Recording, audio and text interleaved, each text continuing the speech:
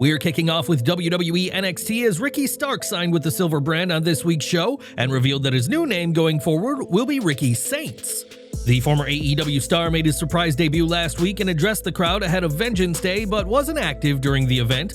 Instead, he made clear he was keeping an eye on proceedings and was appearing this week to sign with NXT and joined Ava in the ring to stake his claim as the best and a shot at the NXT title. In the ring, Starks and Ava were joined by Ethan Page, who said his fellow AEW alum would have a hard time bettering what he'd done since joining NXT. Starks mockingly congratulated Page on his victory over Javon Evans at Vengeance Day, and the young OG emerged to blindside Page before taking their fight to the crowd. With Ava and Starks alone in the ring again, she urged Ricky to sign the contract, only for Wes Lee to arrive and lay into Starks verbally before demanding he be the first one to face him in a match. Starks would clear Lee from the ring and sign the contract, which revealed the name of Ricky Saints, and he later appeared in a backstage segment with Ava. Like in the ring, the pair were interrupted by Page, Lee, and Evans, and Ava sought to end their bickering by booking a tag match pitting Ricky Saints and Evans against Page and Lee next week. So Ricky Saints is now officially a part of NXT, and what do you think of his new name? Do you still wish he was Ricky Starks, or is this name an acceptable compromise? Let us know down below.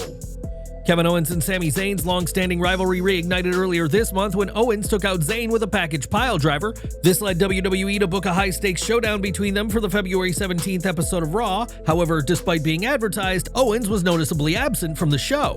On Fightful's post-Raw show, Shawn Ross Sapp revealed that Owens was originally scheduled to appear, but WWE Creative made a last-minute decision just 2 hours before the show to pull him from the segment. The initial plan involved Zayn cutting a promo demanding Owens face him in the ring immediately. Owens would have responded, leading to an intense brawl that would force WWE superstars to intervene and separate them. Later in a backstage segment with Adam Pearce, an unsanctioned match between the two was set to be confirmed for Elimination Chamber. Reports indicate that Bruce Pritchard and WWE Creative made the call to remove Owens from Raw, aiming to build anticipation and add more intrigue to the storyline.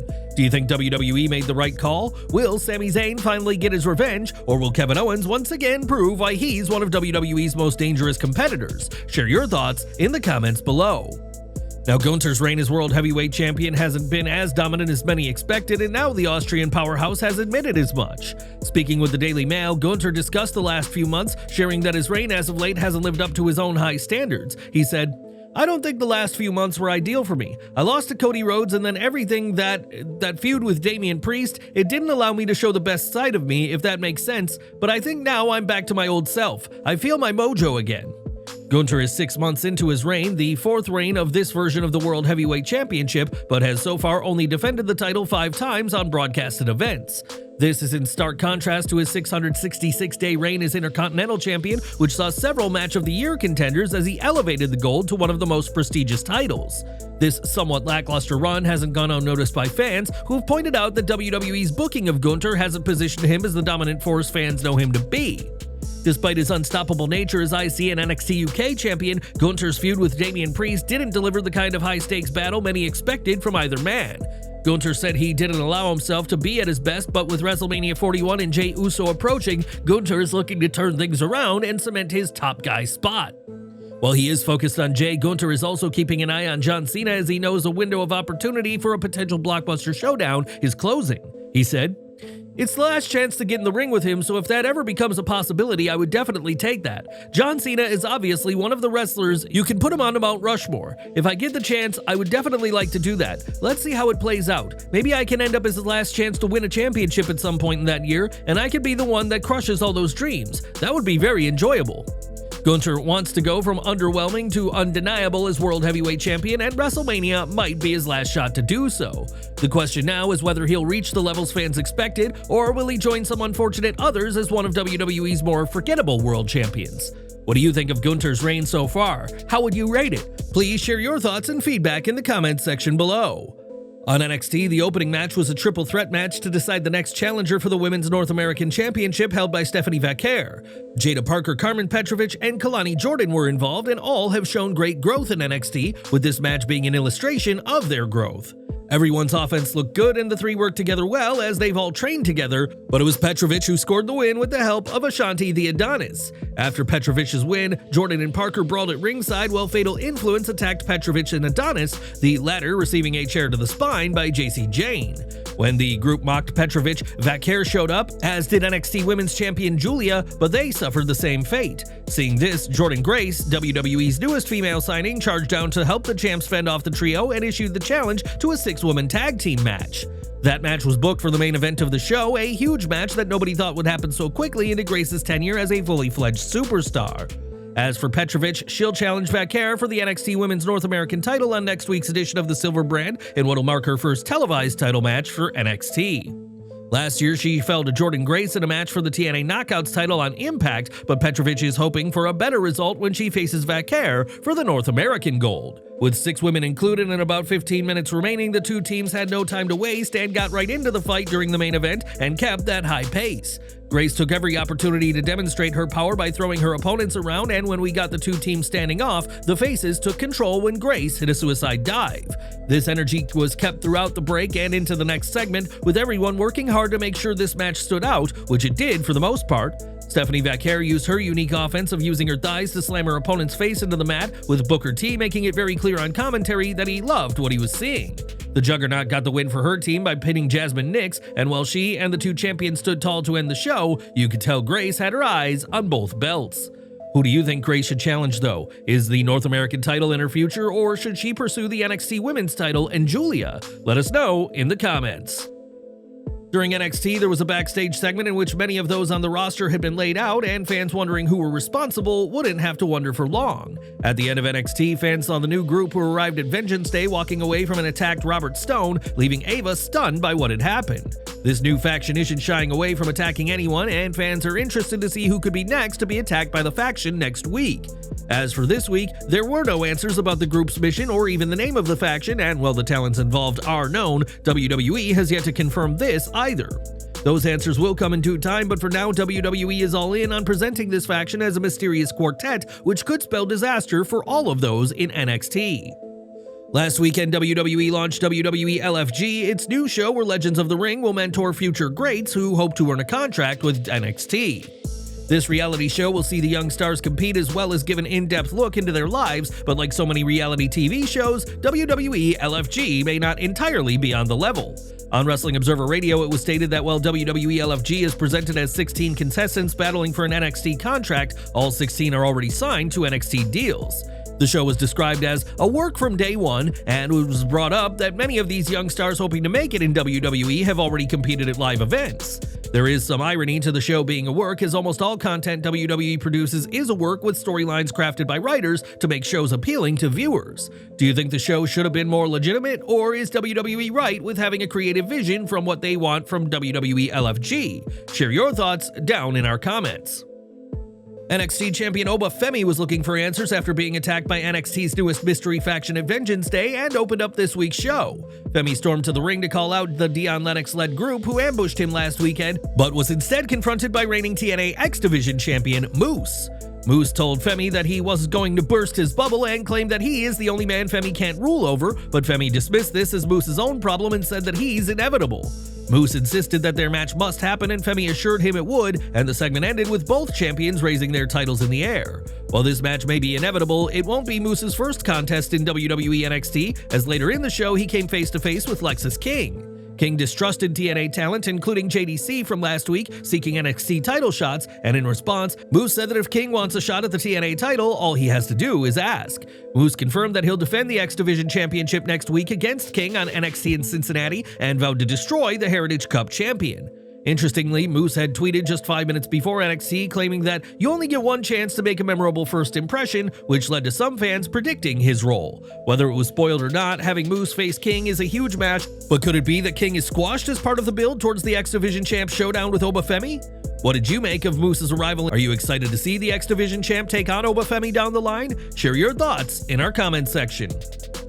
More from the WWE TNA partnership now, as the No Quarter Catch crew were on this week's NXT and threw down a challenge to Matt and Jeff Hardy. On social media, the Hardys, the reigning TNA World Tag Team Champions, accepted the challenge, and their match will come next week at WWE NXT in Cincinnati. Not only that, but Matt and Jeff invited Fraxium to get a front row seat and watch their match with the No Quarter Catch crew on NXT. This will mark the Hardys' first time teaming in a WWE ring since the April 9th, 2019 edition of SmackDown Live, which saw the pair dethrone the Usos as tag team champions. That reign came to an abrupt end due to an injury, but now the Hardys are ready to prove why they're considered one of the greatest tag teams of all time against the crew. What do you make of the WWE return of the Hardys? Should it be on the main roster instead of NXT, and what do you expect to happen? Share your reaction to their return down below. In WWE, one of the biggest perks of being under contract was that employees could buy company shares at a discount price, but those wanting to do just that got some bad news.